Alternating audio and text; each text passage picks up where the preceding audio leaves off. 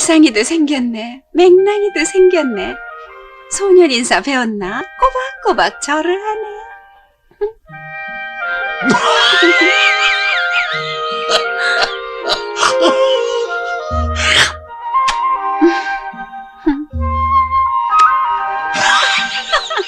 에로티시즘, 인간의 성적 본능이나 사랑에 대한 욕구를 자극하는 성질 혹은 경향을 뜻하며, 이런 연출이 주를 이루는 영화를 우리는 흔히 에로 영화 또는 성인 영화라 칭하고 있죠. 하지만 여기서 다룰 영화들은 B급 에로 비디오가 아닌 주로 극장에서 정식 개봉한 A급 청불 영화들, 특히 그 중에서 시대를 앞선 표현이나 노출 수위로 화제가 되었던 영화들과 그에 따라 유명세를 탄 배우들을 쭉 정리할 예정입니다.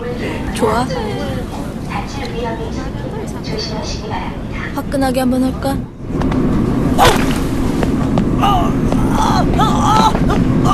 그리고 여기서 사실 영화에서 이런 빨간맛 표현은 양날의 검으로 적절히 잘 쓰면 예술로서 찬사받지만 잘못 쓰면 외설이라는 비난이 쏟아졌고, 무엇보다 여배우에게 있어 은교 김고은, 인간 중독 임지연, 아가씨 김태리처럼 단번에 스타로 급부상하는 지름길이 되기도. 쟤 미쳤나봐요. 미치긴 천만에. 한미천 잡아서 조선탕 뜬다.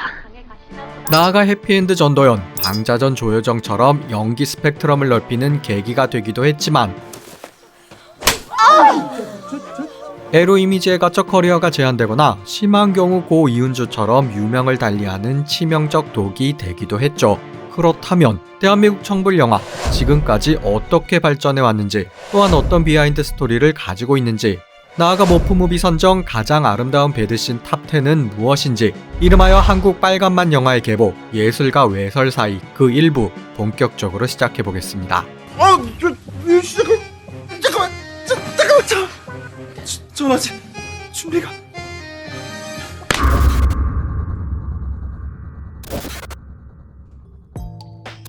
대한민국 최초의 섹스 스캔들, 막장 드라마의 효시, 그 영화는 바로 1956년작 자유부인입니다.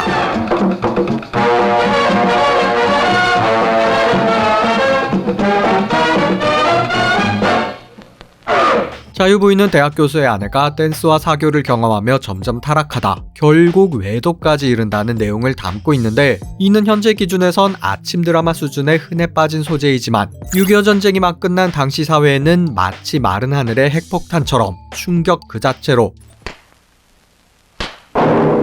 연일 신문이나 뉴스를 장식하며 이슈가 된 것은 물론, 이게 여성 해방이냐 타락이냐를 두고 국회에서까지 도덕 논쟁이 벌어질 만큼 말 그대로 온 나라가 떠들썩했죠. 왜 이러는 거야? I love you. 따라서 영화는 서울 관객 무려 15만이라는 당시 기준 초메가 히트를 기록. 하지만 그 수위를 보면 엄격한 검열 때문에 신체 노출은커녕 키스조차 제대로 표현할 수 없었고, 이처럼 넘어지는 척 어설프게 뽀뽀하는 게 전부로 성적 긴장감은 거의 제로의 수령, 본격 에로티시즘 영화라 부르기엔 무리수가 많았습니다. 여보, 너무 가혹한 말씀을. 가혹하다니, 가혹한 건 누구요? 당신은 당신 행실을 잘 생각해보시. 따라서 대한민국 최초 에로티시즘으로 거론되는 작품은 바로 이 영화. 네, 고 김기현 감독의 1960년작 하녀가 그 시초라 할 수 있었죠. 너 미쳤니? 난 죽어도 좋으니까 미스터에게 지긴 싫어요. 물론 여기서도 신체 노출은 볼 수 없었지만, 대신 영화는 하녀의 유혹적인 시선과 행동, 야밤의 남자방에 들어가는 모습, 은밀한 관계가 있었다는 암시,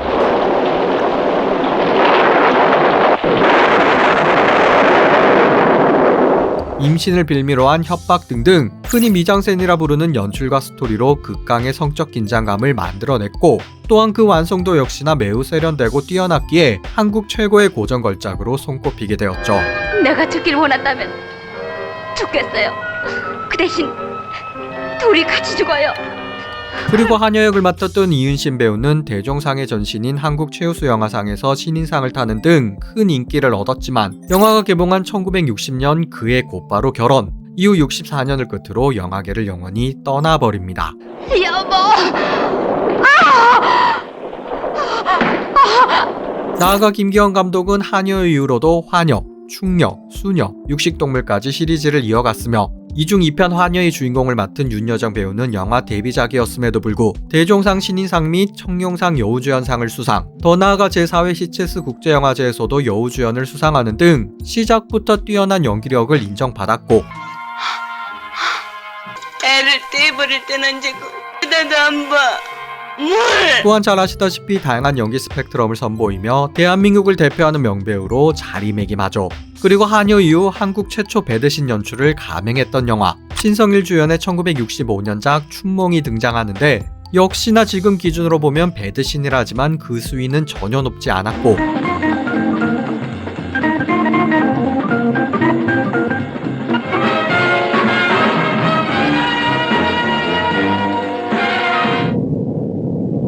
또 노출이라 해봐야 여배우의 등과 다리가 약 4초간 나오는 게 전부였지만 당시에는 천지개벽 수준. 이 영화를 찍은 유연목 감독은 외설죄로 잡혀가 징역 1년 6개월을 선고받으며 국내 최초 외설 감독으로 낙인 찍히는 불명예를 얻게 됩니다. 물론 영화사적으로 보면 검열에도 굴하지 않은 선구자였죠.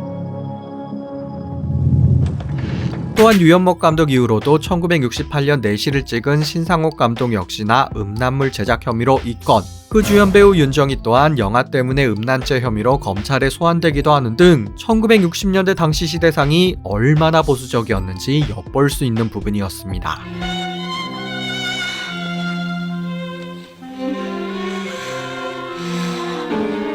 다만 이런 분위기는 70년대 들어 꽤 많이 풀리며 좀 더 파격적인 영화들이 등장하기 시작하죠. 한번 더 얘기하면 다 진짜라요. 밥 먹자.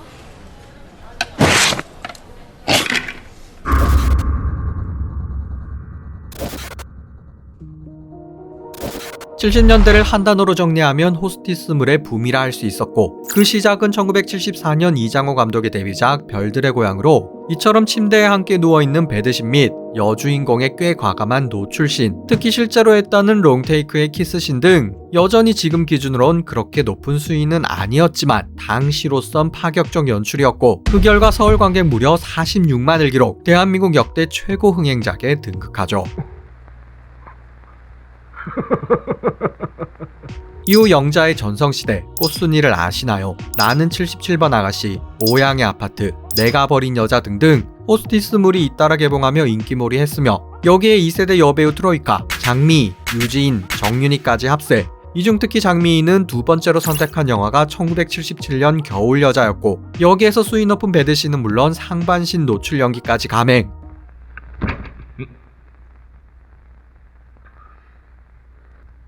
옷 입고 나와 이화. 선생님이 들어오셔서 데리고 나갔어요. 데리고 나가시기까지 밤새라도 그냥 여기 서 있겠어요. 이처럼 파격적 연출 및 내용으로 34일 연속 전회 매진이라는 기염을 토하며 종전 별들의 고향 46만을 가볍게 뛰어넘어 서울 관객 57만이라는 신기록을 달성. 장미희 또한 단번에 톱스타 대열에 합류하죠.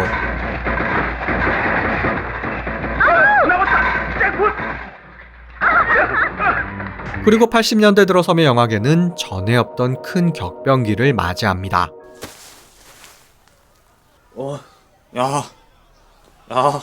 좋지.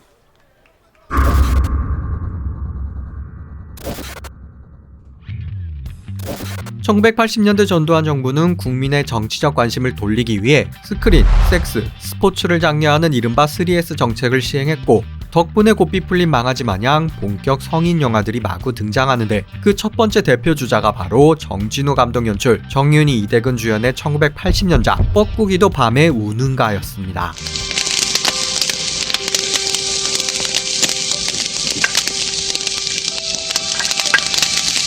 여기서 단군 일의 최고 미녀라는 정윤희는 말 그대로 실월하게 하나 걸치지 않은 천연 그대로의 모습을 뽐냈고, 그 연출 또한 마냥 야하다는 느낌보다 자연물과 조화를 이루며 아름답게 표현, 배드신 역시나 매우 은유적으로 표현되는 등 스토리는 조금 거칠었지만 연출은 매우 훌륭했고, 따라서 대종상 우수작품상 포함 총 9개 부문을 수상하며 비평과 흥행, 두 마리 토끼를 모두 잡게 되죠.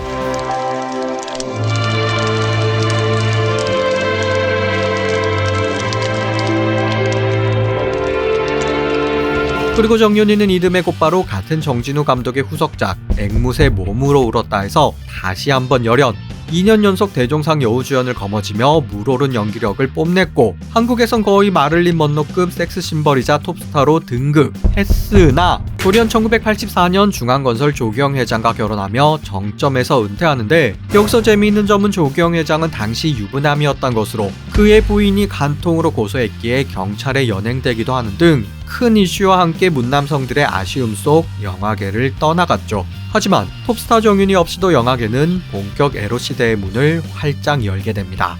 아니 거길 맞으면 누가 가만히 있어요. 피하지. 다시 한번 해볼게. 피해봐. 그러면 응? 자, 나갔다 얘기를 계속한다. 얘는 뭐 계속 쪼갈댄다. 근데 네가 투. 이게 안다고 피해지는 게 아니야.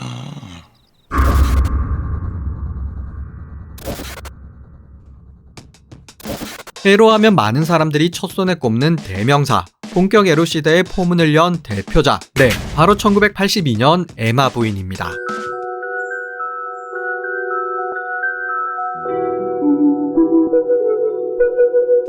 에마 부인은 앞서 소개한 1956년 자유부인과 유사점이 많았는데 일단 상류층 부인이 욕망에 사로잡혀 타락한다는 스토리부터 매우 닮아 있었고 또한 영화 외적으로 여성 해방이냐 도덕적 타락이냐라는 논쟁을 불러일으켰다는 점, 나아가 전국적으로 화제가 되어 크게 흥행했다는 점, 그리고 영화사적으로 둘 모두 중요한 위치를 차지했다는 점 등등 여러모로 공통점이 많았죠.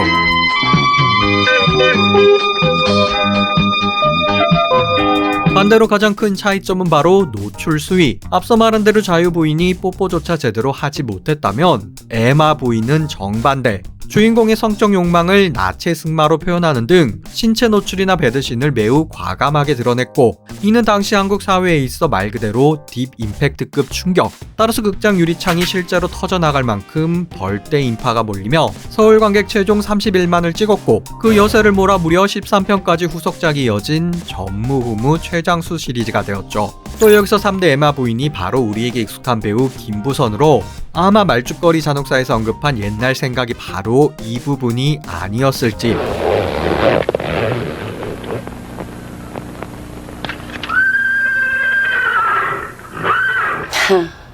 현수 보니까 옛날 생각 많이 난다.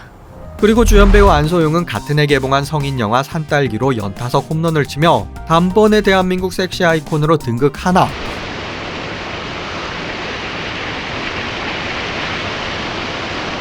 이후로는 작품운이 없었는지 아니면 에로 배우 이미지에 갇힌 탓인지 이렇다 할 흥행작 없이 사람들의 기억에서 점점 잊혀져 갔습니다. 또한 안소영의 뒤를 이어 산딸기 2편으로 데뷔한 선우일란 배우도 마찬가지. 앳된 얼굴과 그와 상반되는 몸매, 즉 원조 베이글녀로 영화 개봉과 동시에 큰 인기를 얻었지만 그녀 역시 이후로는 이렇다 할 히트작 없이 빠르게 잊혀져 갔죠. 산삼을 캐고 못 캐고는 다 자기 탓이라니까. 괜찮아. 아무도 몰라. 헌데 여기서 선우일란은 촬영 당시 21세로 발표되었지만 알고 보니 19세, 즉 미성년자였던 사실을 이후 스스로 밝혔는데 지금이라면 감독은 구속되고 제작사는 문을 닫아야 할 심각한 상황이겠지만 당시엔 누구 하나 크게 신경 쓰지 않는 에피소드일 뿐이었죠. 왜냐면 뒤에 더 자세히 설명하겠지만 중학생에게까지 노출을 강요한 감독도 있었던 만큼 배우 인권에 대한 인식도 낮았고 또 이런 일에 대한 규제도 딱히 없었기 때문입니다. 그럼 에마 부인과 산딸기 이후 또 어떤 영화들이 등장했을까요? 경치가 참 좋다. 갑자기 경치는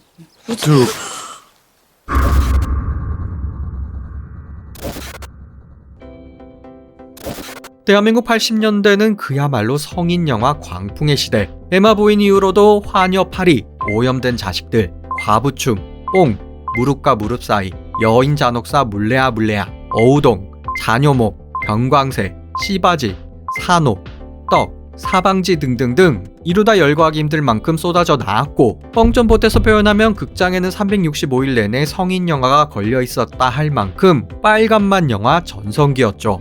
이 변소방 죽지 않았어?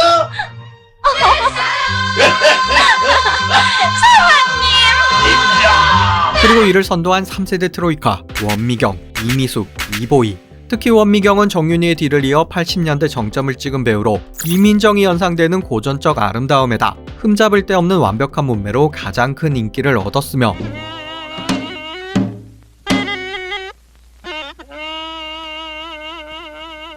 그중 토속애로 무린 병광세에서의 옥녀 역과 소문은 익히 들었으나 내 팔자 상부를 죽먹듯 하니 다시 난군 어짜 하면 궁합 먼저 볼 터이요. 자녀 목에서 맡은 비련의 여주인공으로 남성들의 심금을 울렸죠.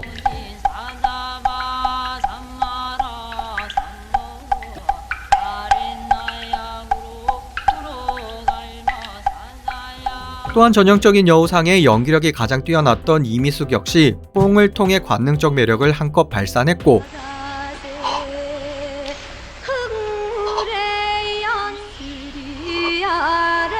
뭘 봐? 펀치란 키의 서구적 미녀상이었던 이보이도 무릎과 무릎 사이, 어우덩 등에서 판무파탈의 면모를 유감없이 발휘했습니다.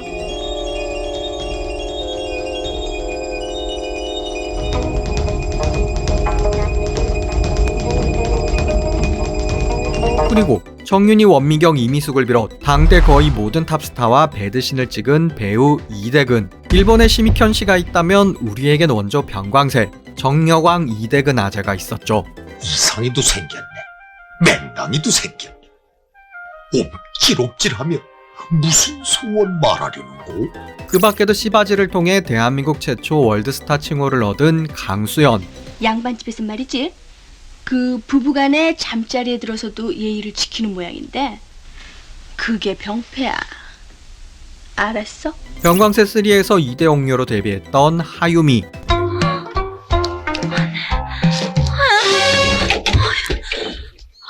내가 안하게 서방이 되어주면 어떻겠어?